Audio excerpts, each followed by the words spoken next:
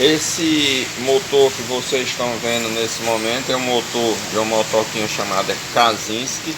Ela é 2 tempos e eu vou fazer um serviço na parte elétrica dela, de bobina, que ela não está funcionando.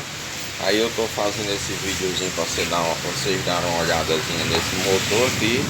Em breve, quando eu estiver com ele funcionando, eu vou fazer outro vídeo para você. Ele está com carburador 2 tempos, aqui é 4 tempos esse carburador. Olha aí o filtro, aí tá assim meio sujo, sabe? Aí tem que dar uma limpeza nele e fazer um serviço nele legal, certo? Então quando eu tiver com ele funcionando, aí eu faço mais um outro vídeo para vocês verem, acompanhem esse passo a passo para vocês acompanhar o meu trabalho aí no YouTube. É isso aí.